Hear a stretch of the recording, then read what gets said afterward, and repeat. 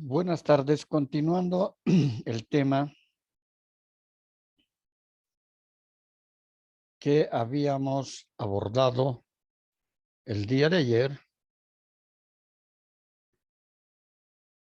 habíamos establecido que toda institución educativa tiene un reglamento interno y también reglamentos específicos que van a normar la actividad o las actividades en la institución de educación superior. Este reglamento interno, lógicamente, que va a estar constituido por un conjunto de normas que van a versar desde las características organizativas que tenga la institución, la parte del cumplimiento de los deberes y obligaciones para los estamentos docente, estudiantil, administrativo, como también va a formar un marco general de los reglamentos de la docencia, reglamento de los docentes, reglamento de modalidades de graduación, reglamento de extensión universitaria, reglamento de investigación y también en base a este conjunto normativo se va a desarrollar la parte de organización de la institución, como también la gestión educativa. Otro instrumento fundamental dentro de la gestión educativa es el manual de funciones.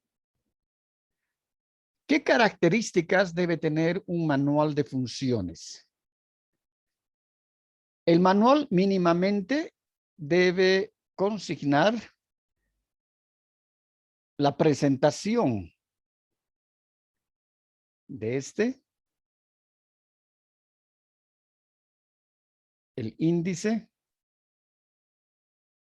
el organigrama institucional,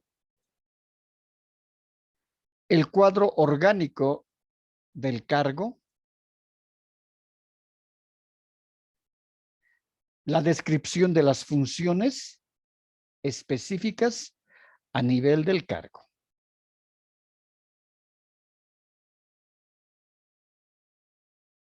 En este caso vamos a ver la presentación en primera instancia. En la presentación se señala la importancia del manual de funciones, su alcance, los dispositivos legales que sustentan su formulación, por eso que decíamos, necesitamos tener un cuerpo legal sobre el cual se sustente todas las actividades, y en este caso tanto la organización, la gestión, como la planificación, ¿no? Y algunas recomendaciones para su aplicación. En la parte del índice se describe la relación ordenada del contenido del manual de funciones, señalando su respectiva ubicación y lógicamente con una numeración de páginas. El organigrama estructural. En él se presenta el diseño gráfico de la estructura de la institución educativa. Es decir, el organigrama es la organización gráfica de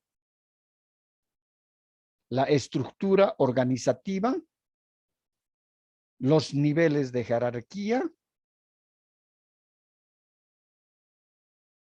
como también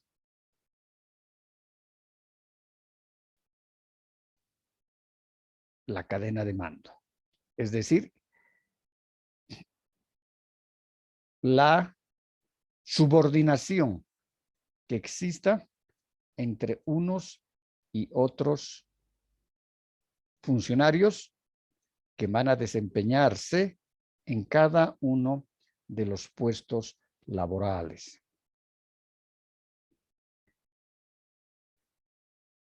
El cuadro orgánico de cargos, se consignan los cargos comprendidos en el cuadro para la asignación del personal y la vigencia, como mostramos en esta figura, ¿no? Es decir, la dependencia, la subordinación.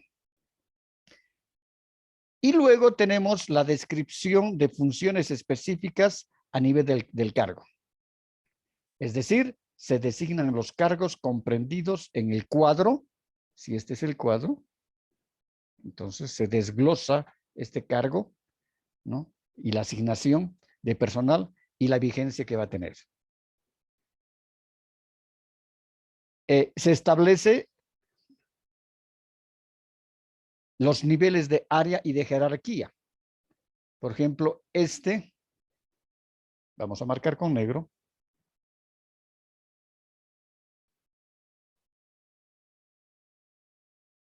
tiene el mismo nivel jerárquico que este otro cargo.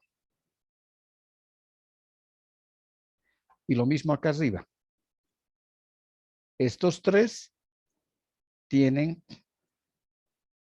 el mismo nivel jerárquico. Este está subordinado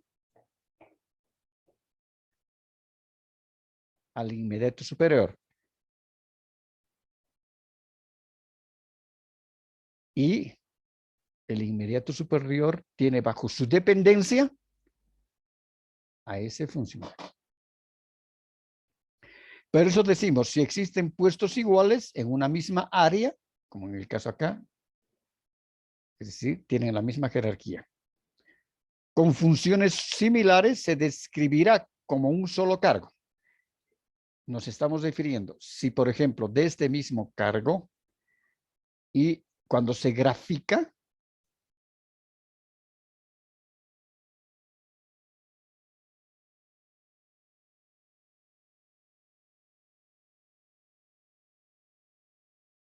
se grafica de esa manera. Entonces significa 1, 2, 3. Hay 4 cargos que tienen las mismas funciones, la misma dependencia y la misma subordinación.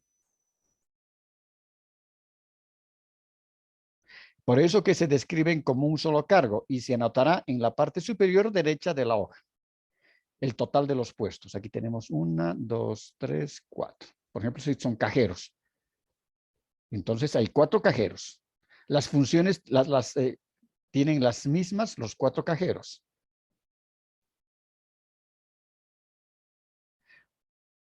Los cargos, si son diferentes,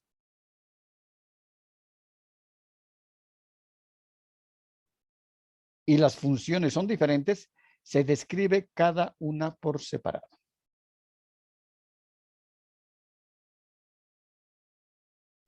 Se considera en todos los casos como última función que se incorpora, porque no nos olvidemos de que los cambios existen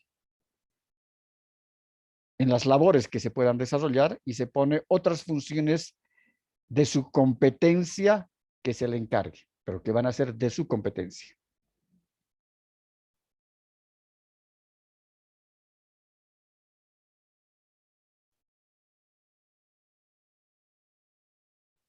Luego tenemos otro instrumento de gestión que es el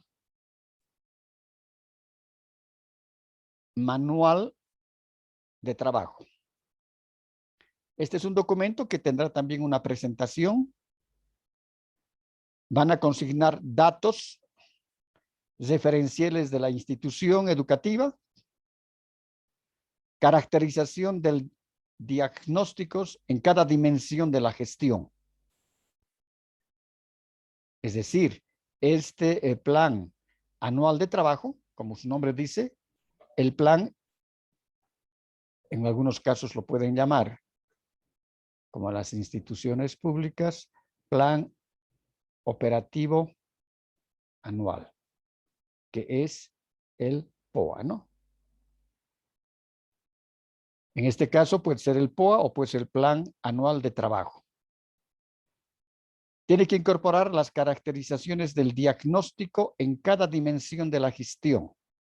Una dimensión serán estudiantes, otra dimensión serán docentes, otra dimensión será extensión universitaria, otra dimensión podrá ser interacción, etc. Luego, este plan anual de trabajo va a establecer los objetivos operativos anuales. Muchas veces sucede de que de este plan operativo anual van a surgir planes anuales de trabajo y los llamamos planes alternativos también de trabajo. De un plan operativo pueden salir planes alternativos. Luego de que se han formulado los objetivos, hay que formular las metas. Y en este caso tendrá que también tener un pequeño, el plan tendrá que incorporar un pequeño glosario para ver realmente cuáles son las definiciones que está utilizando la institución educativa para cada uno de estos componentes. Porque decíamos ayer que los objetivos, por lo general, se los establece como la característica que son cualitativos. En cambio, las metas son cuantitativas, pero algunos autores ponen como sinónimo objetivos y metas, y en algunos casos las metas también pueden ser cualitativas, cualitativas. Pero la mayor parte se trabaja como elementos cuantitativos o componentes cuantitativos. Por eso vale la pena tener un glosario. Luego, en este plan hay que incorporar actividades. Y estas actividades vale la pena de que puedan ser trabajadas también en un diagrama de Gantt, ¿no? Donde se establecen, en este caso,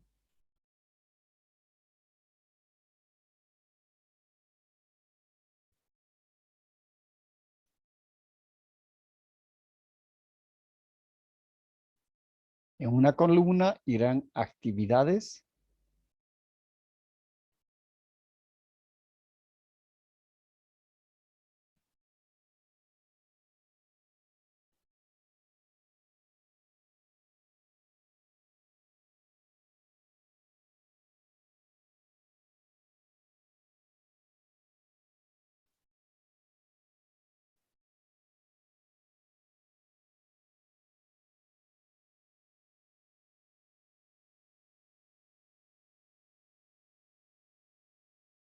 Actividades.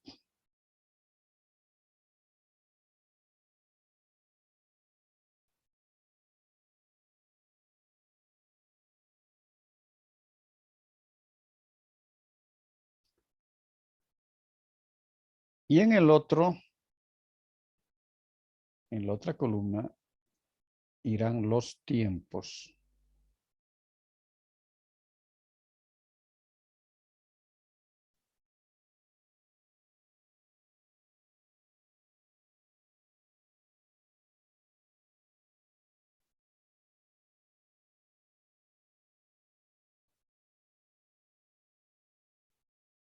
Ahora, estos tiempos pueden estar marcados por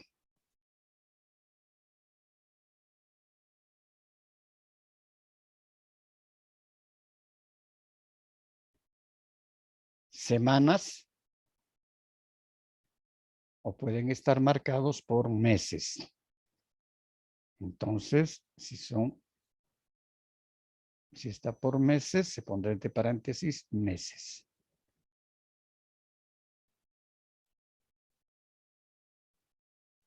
Eso significa que acá tenemos el mes 1, acá tenemos el mes 2, el mes 3, el mes 4 y así sucesivamente. Ahora, aquí se listan las actividades y la actividad, por ejemplo, se dice en este mes esta actividad va a tardar mes y medio, entre el primer mes y la mitad del otro. Esta actividad que está aquí determinada. Aquí hay otra actividad que está listada.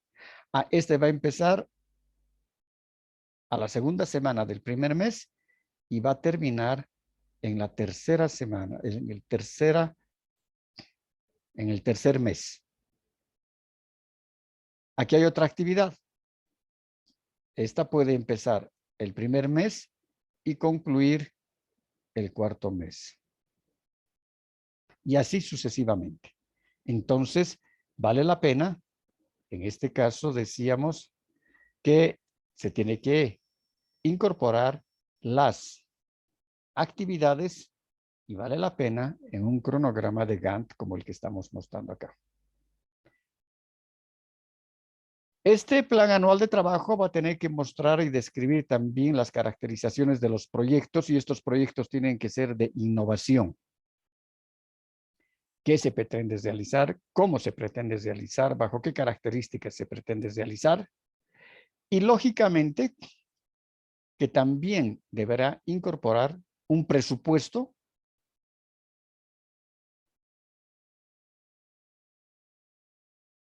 cuánto va a costar económicamente desarrollar este plan. Es decir, los recursos y presupuestos que van a requerirse. Pueden ser recursos humanos y pueden ser recursos económicos. Y finalmente tiene que haber un elemento que permita un plan de monitoreo. En todos estos meses las actividades hay que ir monitoreando. Eso significa viendo si están cumpliendo los objetivos o bien si están cumpliendo las metas. Hay que monitorear. Esos proyectos tienen que ser supervisados y tiene que haber, en este caso, un ente o una instancia dentro de la institución educativa que supervise y que también pueda hacer las evaluaciones parciales al desarrollo de los proyectos, como también la evaluación final si realmente el proyecto, ¿no? Los proyectos han cumplido los objetivos para los cuales fueron trazados. No nos olvidemos de que un plan, como nos dice la teoría, y no solamente en la parte académica, sino en cualquier ámbito. El plan genera programas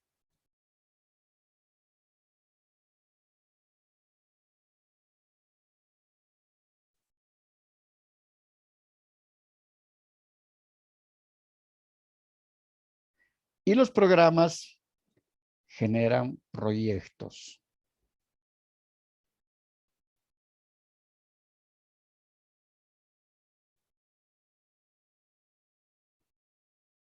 En algunos casos,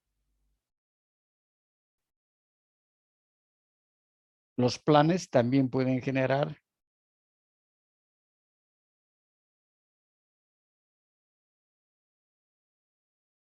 planes alternativos. Va a depender con cuál de las metodologías se vaya a trabajar.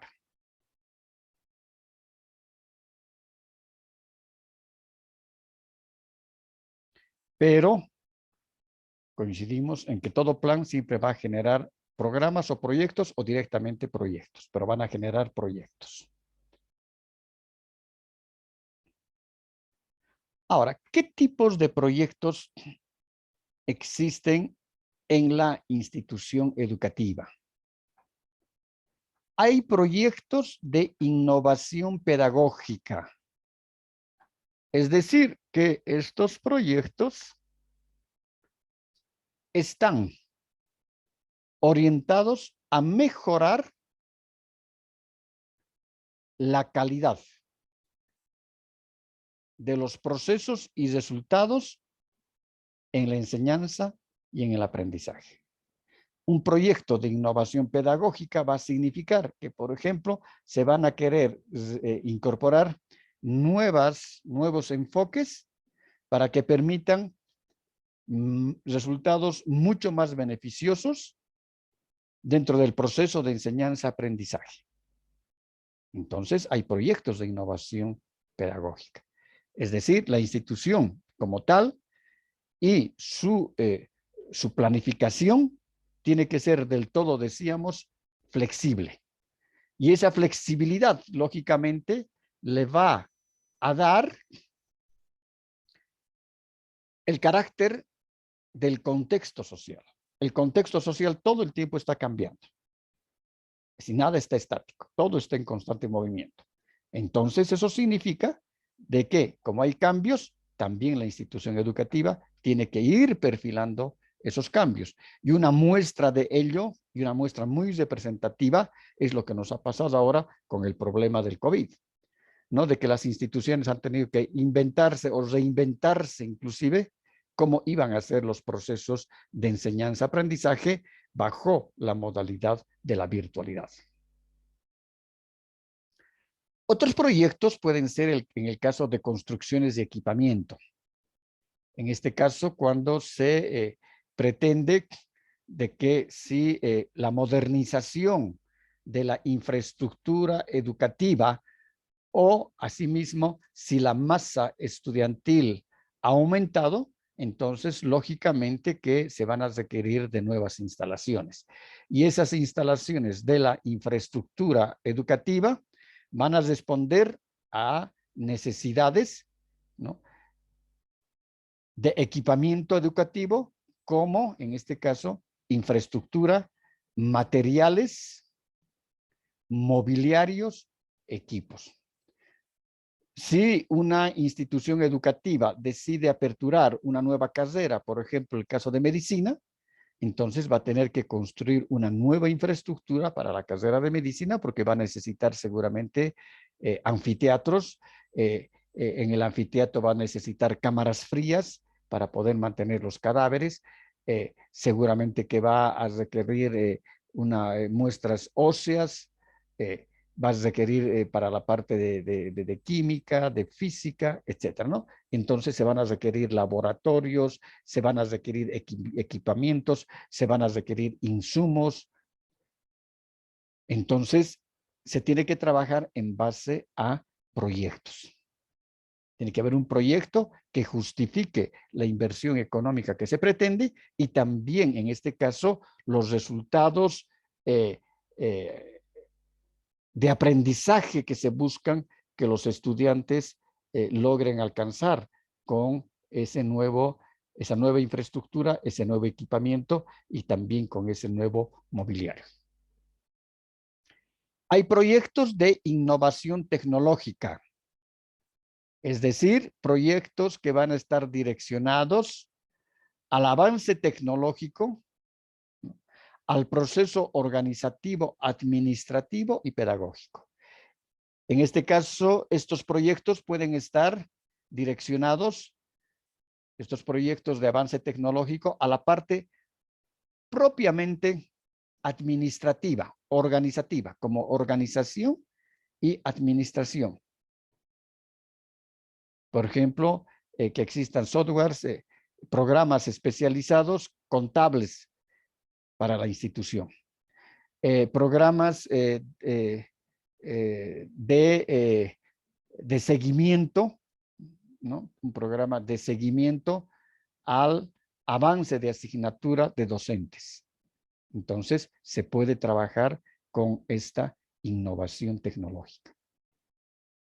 Un ejemplo para poder, y creo que es uno de las mejores herramientas tecnológicas, y ahora deben haber muchas más, ¿no? Pero hay una que es muy buena y se llama el Balance Score,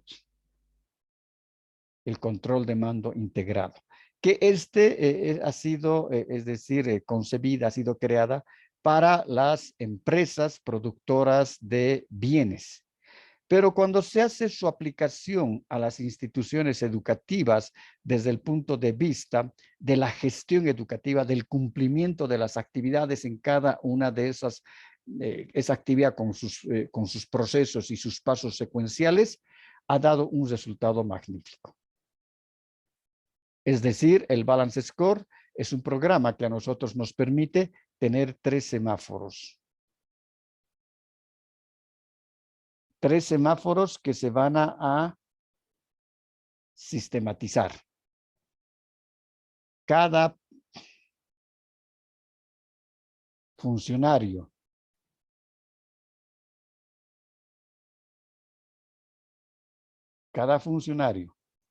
ni bien ingrese a su unidad de trabajo, es decir, ni bien prenda la computadora, le va a aparecer el programa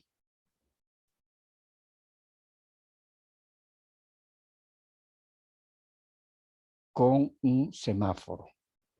Y este semáforo va a tener el color rojo, ya que va a significar que para ese día, y es por días, ¿no? Se tenía que haber desarrollado cierta actividad o la parte del proceso de esa actividad, pero no se ha logrado hacer. El responsable no logró hacer. Amarillo, de que está en proceso, que se está cumpliendo esas fases, esas partes del proceso. Y verde, que se ha cumplido, ¿no? Entonces, el control de mando integral para todas las autoridades que desarrollan la parte de gestión, hasta los propios operadores, visualizan qué tareas están determinadas, cuáles están faltantes, están con rojo.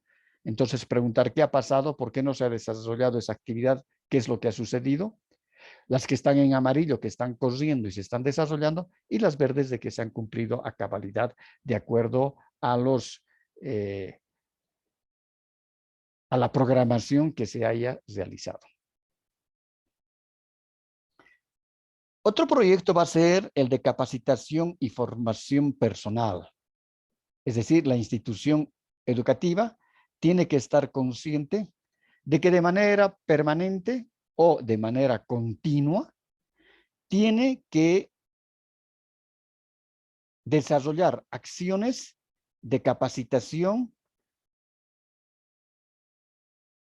de formación al personal. Capacitación es un término pedagógico que significa que se está actualizando en conocimientos, destrezas y habilidades a personal que están en actual ejercicio de sus funciones. Los estamos capacitando. Significa que ellos están laborando actualmente. Y eso es en todo ámbito educativo. En cambio, el de formación es para aquellas personas que no necesariamente están laborando.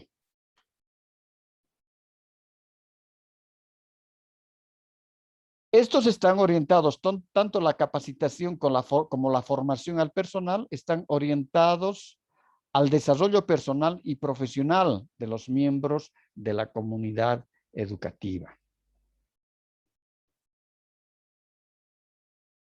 Hay que formarlos en tecnología, hay que formarlos en avances científicos, hay que formarlos, en este caso, en el proceso de enseñanza-aprendizaje de los docentes, si se van a incorporar nuevos enfoques. Luego hay proyectos de investigación educativa. Es decir, que estos proyectos van a estar dirigidos a promover el estudio y análisis. En este caso puede ser de la realidad educativa o puede ser de otras realidades de acuerdo a las características de las carreras que tienen y que se imparte en la institución educativa. Y decíamos, vale la pena de que la investigación nazca en el aula. Debe también existir una investigación en aula, donde, previo a un sondeo del diagnóstico,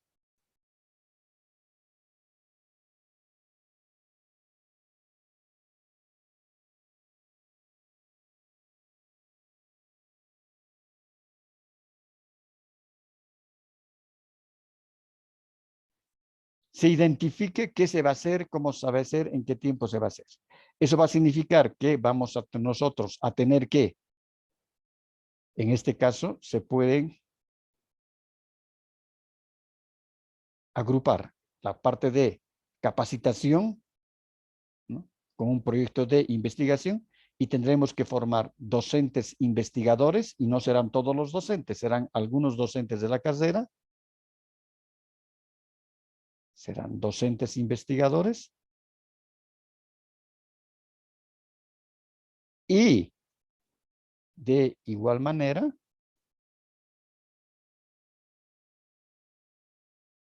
también estudiantes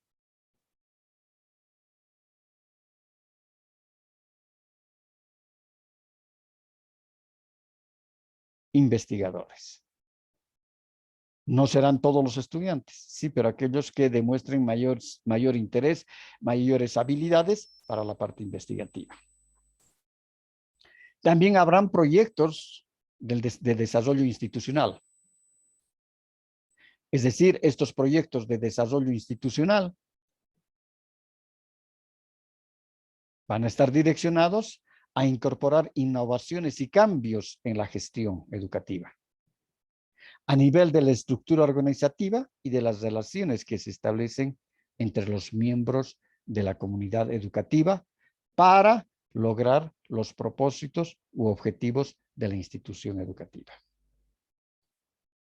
Y así hay un sinnúmero de diferentes tipos de proyectos que la institución educativa los debe concebir, ¿no? Proyectos también de extensión universitaria, desde la misma institución, o la extensión también pueden hacer en el aula.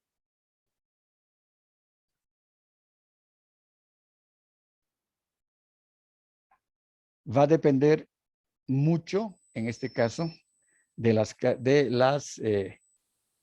los preceptos institucionales, misión, visión y filosofía que tenga la institución educativa, y cuál va a ser la dinámica que se va a pretender desarrollar a la institución.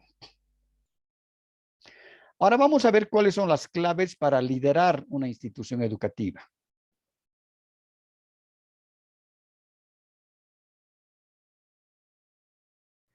Hay que lograr distinguir entre la visión y la visualización. Es decir, visión, ¿cómo quiero que me vean? Hay que definir con claridad cuáles son las expectativas y las trayectorias que pretendemos tener. ¿Qué expectativas pretendemos nosotros crear en el contexto social?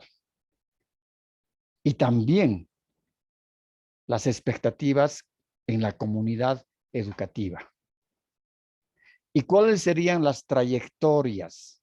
¿Qué trayectoria pretendemos desarrollar? Modelar la visión, es decir, cómo nos queremos que nos vean nuestros estudiantes, nuestros docentes y el contexto social en general, ¿no? Es decir, con éxito, como líderes. Conocer muy bien al equipo de trabajo en términos de posibilidades. Es decir, hasta dónde se logra el compromiso del equipo de trabajo o de los equipos de trabajo.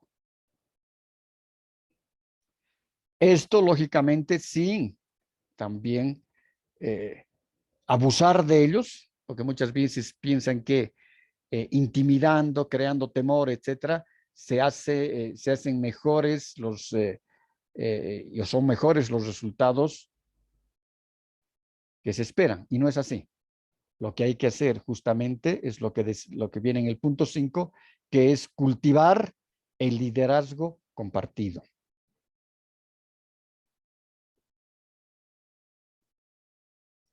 Es decir, que el líder y ese liderazgo, el líder debe compartir sus experiencias, sus actuaciones con el equipo.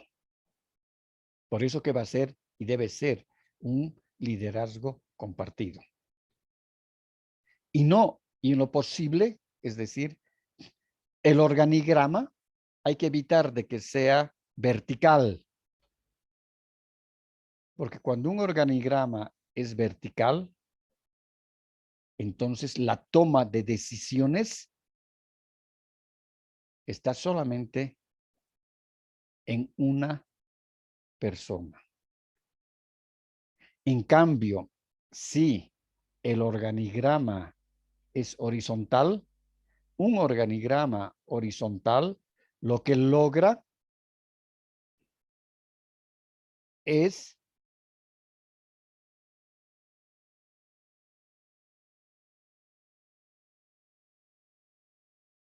en este caso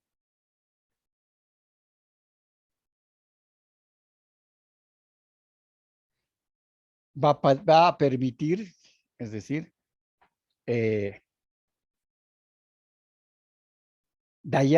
otorgar o dar mayor responsabilidad, delegar la responsabilidad a los otros niveles.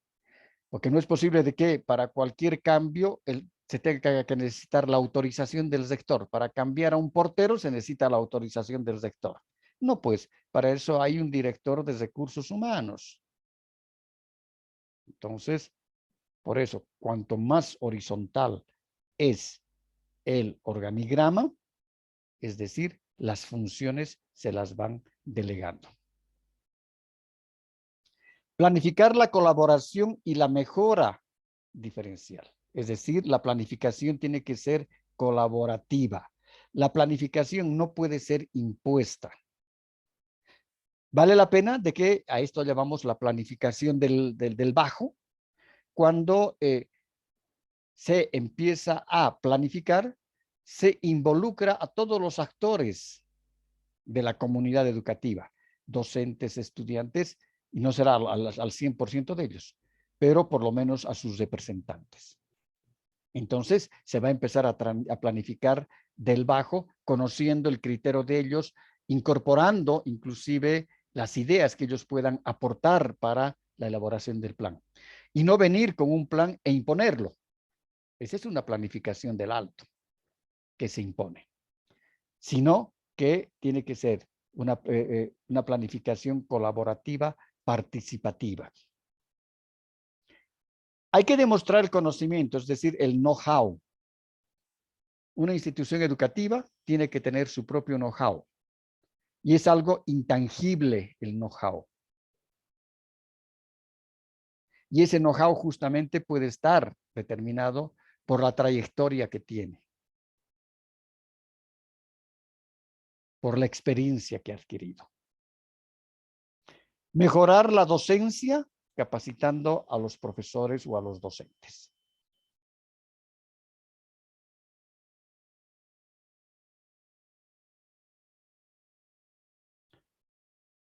Generar complicidades dentro y fuera, es decir, lograr que existan acciones que sean trabajadas desde diferentes ámbitos, pero con un esfuerzo común. Es decir, aquí no se necesita estrellitas que brillen solas. No se necesita estrellitas y que digan, ah, él hace, él puede, él es el bueno. No, aquí se necesita que sean alabados, que sea alabado con esas estrellas o como esa estrella, el equipo de trabajo. Y otro elemento fundamental es la evaluación constante. En este caso, los procesos de autoevaluación deben formar parte de ese know-how de la institución. Es decir, debe ser tan normal elaborar y desarrollar procesos de autoevaluación donde docentes, estudiantes, administrativos, operadores de la actividad académica, educativa, deportiva, así, toda la comunidad, vean como algo normal. Porque al principio un proceso de autoevaluación pareciese de que está buscando solamente decapitar a aquellos que no hayan cumplido o no hayan hecho sus labores como deberían ser. Y es por eso que muchas veces muestran lo mejor que tienen o lo mejor que han hecho y lo que han hecho malo ocultan. No. Entonces tiene que ser procesos transparentes para lograr resultados óptimos.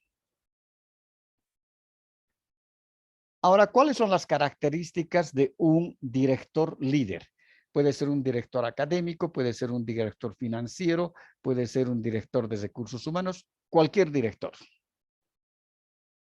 Es decir, consolidar el estilo de la presencia personal.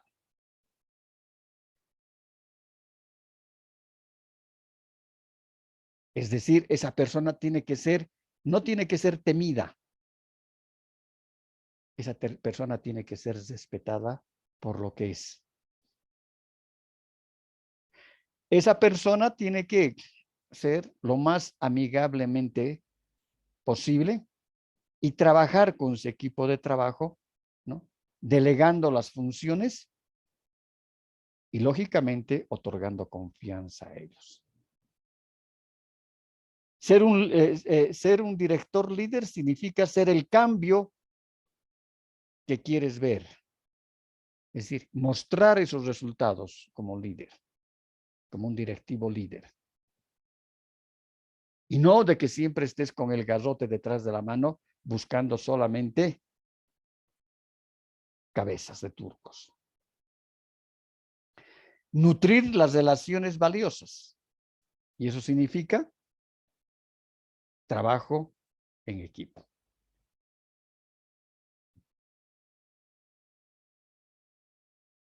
Tomar decisiones con sabiduría y no tomar decisiones acaloradas por los momentos ocasionales. Hay que tener la cabeza fría. Hay que razonar para tomar una decisión. Preguntarse el por qué, el dónde, el cuándo y el para qué. Hay que saber conservar el equilibrio personal. Es decir, ser una persona afable, ser una persona que pueda dialogar y no un neurasténico que vaya a gritar y pensando que levantando la voz todo el mundo le va a tener miedo y sus dependientes van a trabajar mejor. Por lo contrario, van a trabajar peor. Hay que disfrutar mandando, pero mandando de buena manera. No nos olvidemos que todos somos seres humanos. Y no por estar en un cargo superior podemos maltratar a los de inferior rango. No. Disfrutar del mando significa del líder, de liderazgo a la dirección. Saber liderar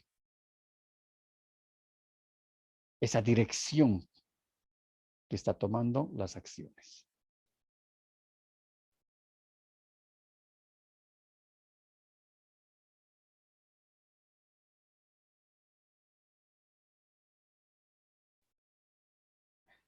Vamos a recordar que los instrumentos de gestión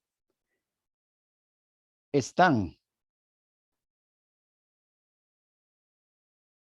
relacionados entre sí de manera sistémica. Es decir, la institución educativa es un sistema. Y al ser un sistema, tiene los subsistemas. Y cada uno de estos subsistemas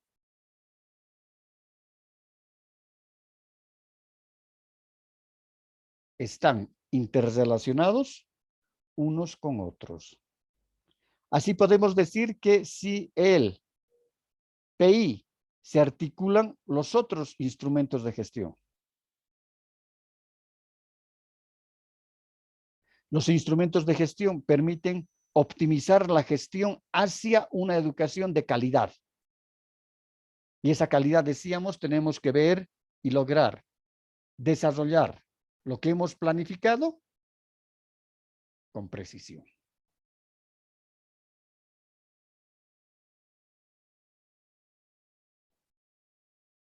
Y no solamente crear documentos para cumplir con un requerimiento burocrático, sino medir los resultados.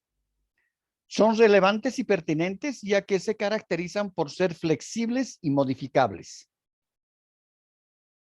en función a las demandas y necesidades internas o externas de la institución. Lo que decíamos, ¿no? Es decir, todo lo que planificamos y lo que organizamos tiene que tener flexibilidad de acuerdo a las características que tiene el entorno o el contexto social. Permiten desarrollar la autonomía, ya que generan una identidad que hace que cada institución educativa se diferencie de las demás.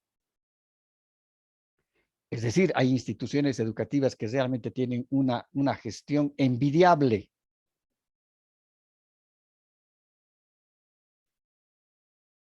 Y en este caso no podemos negar. En Bolivia y en otros países, yo pongo como experiencia más México, país de México, porque es donde más he estado, hay informes que dicen que las universidades del Estado, estatales o públicas, deberían aprender un poco de la gestión de las universidades privadas, ¿no? Entonces, ahí tenemos un elemento que en México se debate, de que las instituciones privadas tienen mejores procesos de gestión. La gestión tiene que, como instrumento, reflejan y facilitan el hacer vida en la práctica. Los principios, la misión, los valores de la institución educativa se los tienen que llevar a la práctica diariamente. Estos instrumentos de gestión son productos de un trabajo en equipo. Tiene que haber un trabajo en equipo. Tiene que haber un trabajo cooperativo con todos los miembros de la comunidad educativa. ¿Qué vamos a lograr? Que se genere un compromiso hacia el logro de una educación de calidad. Gracias.